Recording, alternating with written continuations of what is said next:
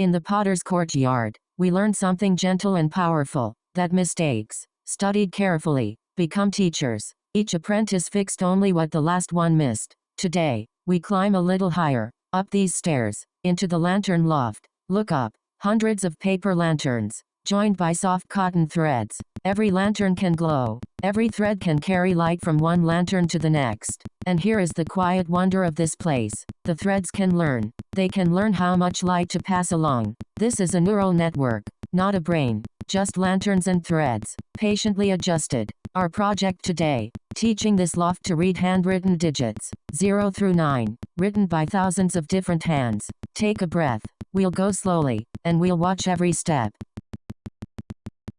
Every craft begins with materials. Ours arrived by post. NIST loaded up, one line, and 70,000 postcards drift in. Each one carries a single digit, written by a real human hand. Some neat, some hurried, some barely legible. 60,000 go into the training basket. The loft will study these. 10,000 wait behind the garden gate, the test basket. The loft will never peek at them while learning. That's how we stay honest. Now look closely at just one postcard. This handwritten 5. To us, it's a 5. To the loft, it's a quilt. 28 squares across, 28 squares down, 784 tiny squares in all. Each square holds one number. How dark that little patch of ink is. 0 means empty linen. 255 means the deepest graphite. That's all an image is. Underneath, a quilt of numbers.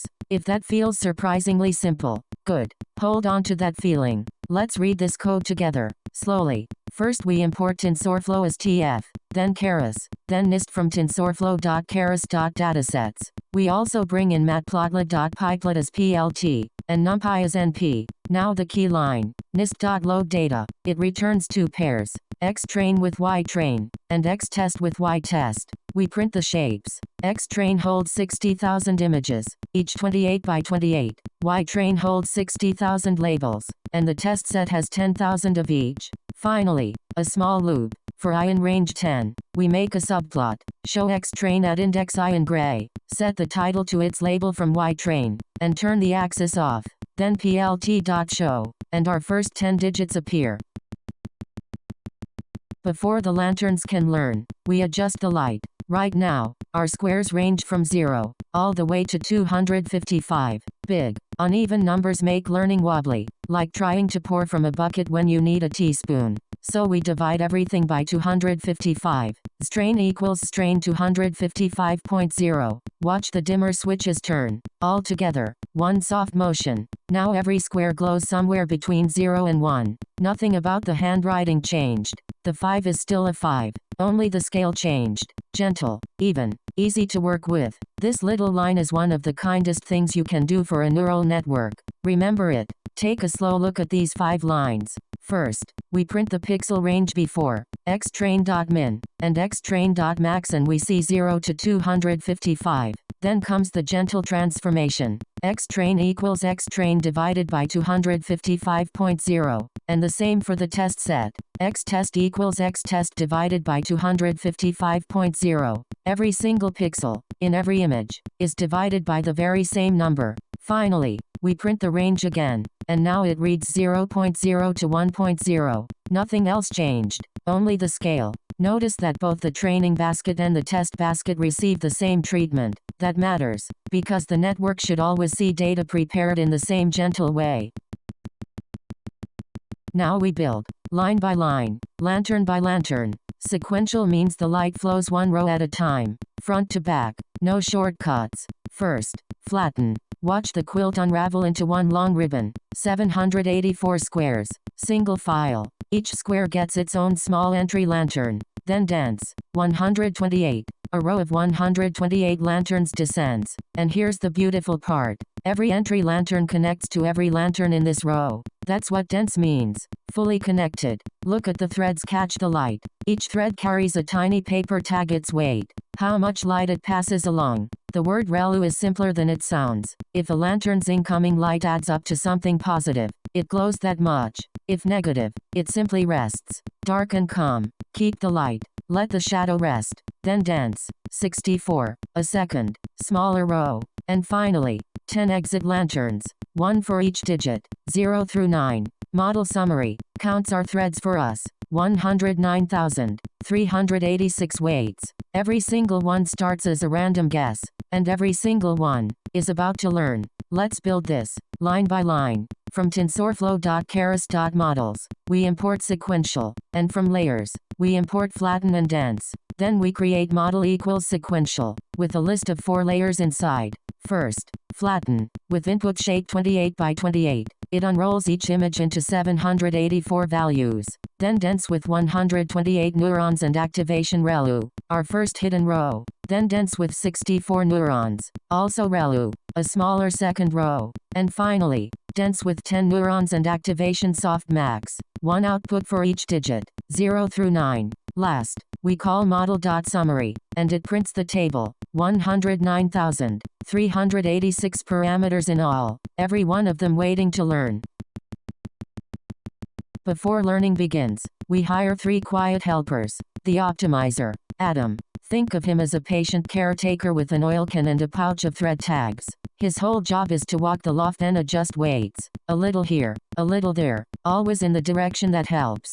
The loss. Sparse categorical crescentropy, a long name for a simple bowl. After every guess, we pour the mistake into this bowl and measure it. A confident wrong answer fills the bowl high. A confident right answer, barely a drop. And the metric accuracy, a simple wall chart. Out of every 100 postcards, how many did we read correctly? The caretaker adjusts. The bowl measures. The chart remembers. That's model compile. 3 helpers, 1 line. This is a single call model.compile, with 3 arguments, each doing one quiet job. The first is optimizer equals Adam, the helper that will adjust every weight, a little at a time, after each mistake. The second is loss equals sparse categorical crescentropy, the measuring bowl. It turns each wrong guess into one number, large when the network is confidently wrong, tiny when it is confidently right.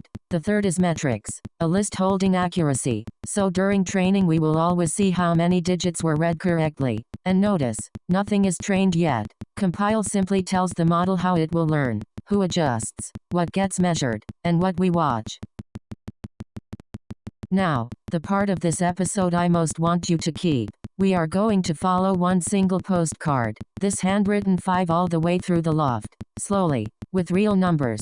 The postcard arrives. It's 784 squares like their entry lanterns, bright where the ink is, dim where the linen is bare. Come close to one thread with me. This entry lantern glows at 0.8. The thread leaving it carries a weight tag of 0.4. Light times weight, 0.8 x 0.4, equals 0.32. That little slip of arithmetic travels down the thread. Here's a second thread arriving at the same lantern, 0.6 x 0.7, 0.42. And a third, 0.9 x 0.2, 0.18. The lantern gathers them all, 0.32, plus 0.42, plus 0.18, plus its own small bias of 0.10, 1.02. That's positive, so ReLU lets it through. The lantern glows at 1.02. That's it. That is genuinely all one lantern does: multiply, add, and glow if positive. If this feels new, that's alright.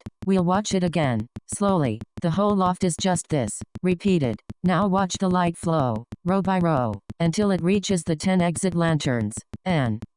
The 8 lantern glows brightest, 31%. The 5 lantern, only 14%. The loft is wrong. Of course it's wrong. Every weight tag is still a random guess. It has never learned anything. But watch what happens next. Because this is the miracle, and it's a quiet one. The mistake pours into the measuring bowl, and from that measurement, a soft blue ripple flows backward through the loft. The ripple visits each thread and whispers something specific. You passed too much light toward 8. A little less, please. You passed too little toward 5. A little more. Follow the ripple to this one thread. Its tag reads 0.42. The caretaker reaches up, crosses it out, writes 0.38. A change of 0.04. Almost nothing. But here is the thing to hold gently in your mind. This tiny correction happens across every thread, millions of times. 109,000 tags, each nudged after each mistake. Postcard after postcard, pass after pass. Each full pass through all 60,000 postcards is called an epoch.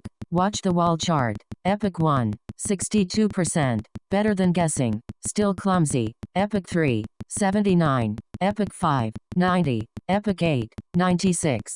Epoch 10, 98%. And now the same 5 comes through one last time. And look, the 5 lantern glows warm and sure, while the others rest. No one told the loft what a 5 looks like. It found out, one small correction at a time. Take a moment here. That's backpropagation, and you just watched it happen. Read this panel from top to bottom with me. In the forward pass, 3 threads arrive at 1 lantern. 0.8 times 0.4 gives 0.32. 0.6 times 0.7 gives 0.42. And 0.9 times 0.2 gives 0.18.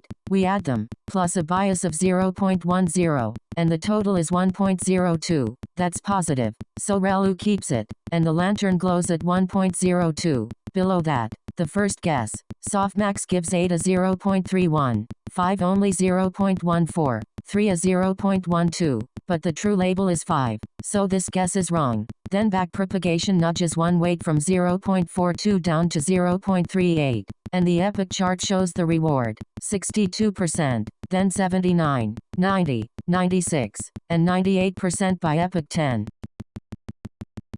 Everything we just watched by hand. One line now does it full speed. Model fit. Epochs. 10. 10 full journeys through every postcard. Validation split. 0.2. We set aside 12,000 cards the loft may be tested on, but never study. An honest mirror. Checked after every epoch. Batch size. 32. The postcards travel in small decks. After each deck, one gentle correction ripple. Small steps. Taken often. Now, run it, and just watch for a moment. Decks flowing forward, ripples flowing back. The caretaker adjusting tags faster than we can see. Each printed line is one epoch. Watch both numbers rise together. Training accuracy, and validation accuracy. When they rise together like this, the loft isn't memorizing. It's learning. 10 epochs. Under 2 minutes on an ordinary laptop, and roughly 1.5 million tiny corrections, already made. Walk through model.fit with me. We pass in X train and Y train, the images, and their true labels. Then epochs equals 10. 10 complete passes through all the training data. Validation split equals 0.2. 1/5 of the cards, 12,000 of them, are held aside to check progress honestly after every epoch. And batch size equals 32. A correction happens after each small deck of 32 cards. Everything is stored in a variable called history. Look at the log accuracy climbs from 0.6218 in epoch 1 to 0.9853 by epoch 10, while val accuracy reaches 0.9779. Finally, we plot both curves from history.history, label the axes epoch and accuracy, add a legend, and show the chart of the loft. Learning. Now for the moment of truth. Gentle, but honest. The garden gate opens. 10,000 postcards the loft has never seen. Not once. Model evaluate. Test accuracy. 97.8%. Out of 10,000 strangers' handwriting, the loft read about 9,780 correctly. And the confusion quilt shows us where it stumbled. The golden diagonal. Every square there is a correct reading. The pale off diagonal patches are the mix-ups. Look. 4's mistaken for 9's. 5's mistaken for 3's. And when you see the actual postcards, you understand. This 4 really does look like a 9. You might have hesitated too. A good model's mistakes should make sense. These do. There are 2 small blocks here. First, model.evaluate takes X test and Y test, the 10,000 unseen images, and returns 2 numbers, which we unpack into test loss and test accuracy. We print them to 4 decimal places, 0.0871 for the loss, 0.9782 for the accuracy. Then, the confusion quilt. From sklearn.metrics, we import confusion matrix and confusion matrix display. We build ypred using np.argmax over model.predictive x test, along axis 1, choosing the most confident digit for every card. Then cm equals confusion matrix of y test and ypred, and confusion matrix display.plot draws it in warm colors. 10,000 unseen digits, laid out true against predicted.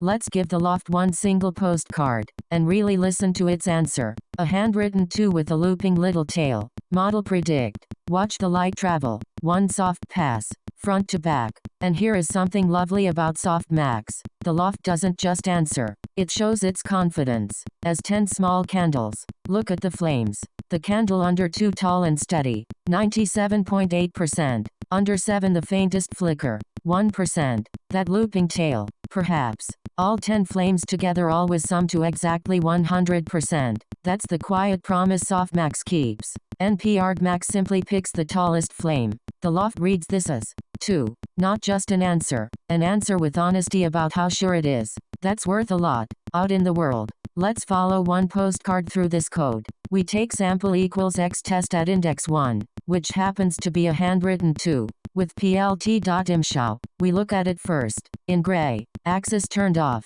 then model.predict, but notice the reshape, sample.reshape 1, 28, 28, because the model expects a batch, even a batch of 1. The result, probabilities, holds 10 numbers. The little for loop walks through them. For each digit and its p, we print p times 100, as a percentage. Digit 2 shows 97.8%, everything else stays tiny. Finally, predicted digit equals np.argmax of probabilities, and the loft reads this as 2.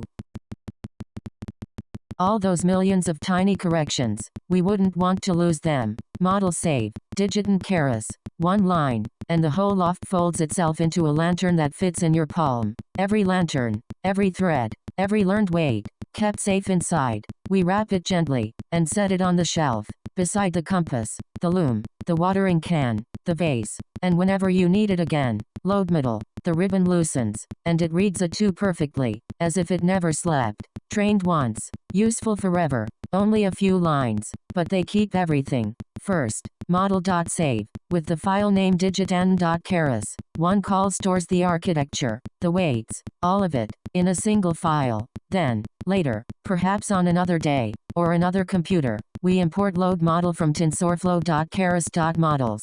We call loaded model equals load model, with that same file name, and the whole trained network wakes up. To prove it, the last line runs a prediction. Loaded model.predict on our sample, reshaped to 1 by 28 by 28. np.argmax picks the tallest probability, and print shows a 2. Exactly the answer the original model gave. Nothing was lost in the folding. Before we go, stand with me between these two workbenches. On the left, everything we've built since episode 2. Regression, trees, forests, boosting. For those, we chose the features. We told the model, look at income, look at glucose, look at tenure, careful, human, hand-measured craft. And for tables of data, it's still often the best craft there is. On the right, the loft. We never told it what a loop is, or a curve, or a line ending. We gave it raw squares of light, and it grew its own features. Edges first, then curves, then whole shapes of digits. That is the real gift of neural networks. Not that they're smarter, that they learn what to look at. When your data is a tidy table, reach for the left bench. It's faster, and it can explain itself. When your data is images, sound, language, raw and rich and impossible to hand measure, climb the stairs to the loft. Let's read this comparison board, line by line. On the left, traditional machine learning. On the right, the neural network. First row, with traditional models, you handpick the features. With a network, it learns features by itself. Second, traditional tools are great on tables and small data. Networks are great on images, sound, and text. Third, traditional models train in seconds. A network may take minutes, even hours. Fourth, a tree or a regression is easy to explain. A network is harder to explain. And the last row places them in our journey. Episodes 2 through 13 gave us our trusted tools. And from episode 14 onward, we reach for the loft, when the raw data is rich. This little loft is not a toy. It has been quietly working in the world for decades. Post offices were among the first. Every handwritten postal code on every envelope, read by a network like ours. Since the 1990s, banks read the handwritten amounts on checks. Doctors use larger cousins of our loft to help study scans supporting their judgment, never replacing it. A child draws a 7 on a tablet, and a network smiles back with confetti. The same lanterns, the same threads, the same contain tiny corrections. Just, sometimes, many more of them. You built a real thing today. Read this little list slowly with me. Each line is a real home for our network. Post offices reading handwritten postal codes on envelopes. Since the 1990s. Banks reading the handwritten amounts on checks. Medicine, assisting doctors with scans. And notice the gentle promise in the parentheses. Never replacing them. Education apps, recognizing a child's handwritten answers. A 7 drawn with a small finger. And forms and archives digitizing millions of handwritten pages. So old records can finally be searched. 5 lines. 5 quiet places. Where the same lanterns and threads we built today have been glowing for years. One small mystery remains. Our postcards were tiny, 28 squares each way. But what about a full photograph? A cat, curled in the sun, hundreds of thousands of pixels? If every pixel needed its own thread to every lantern, this gentle loft would need millions of threads. It would groan under the weight. For large pictures, we need a wiser eye. A small stencil that sweeps across the image, looking for whiskers, ears, fur. That stencil lives next door, in the painter's skylight studio. Rest here a moment. When you're ready, the next door is open. Today, you taught light to read handwriting. Sleep well, little love. You've earned it. See you in the studio.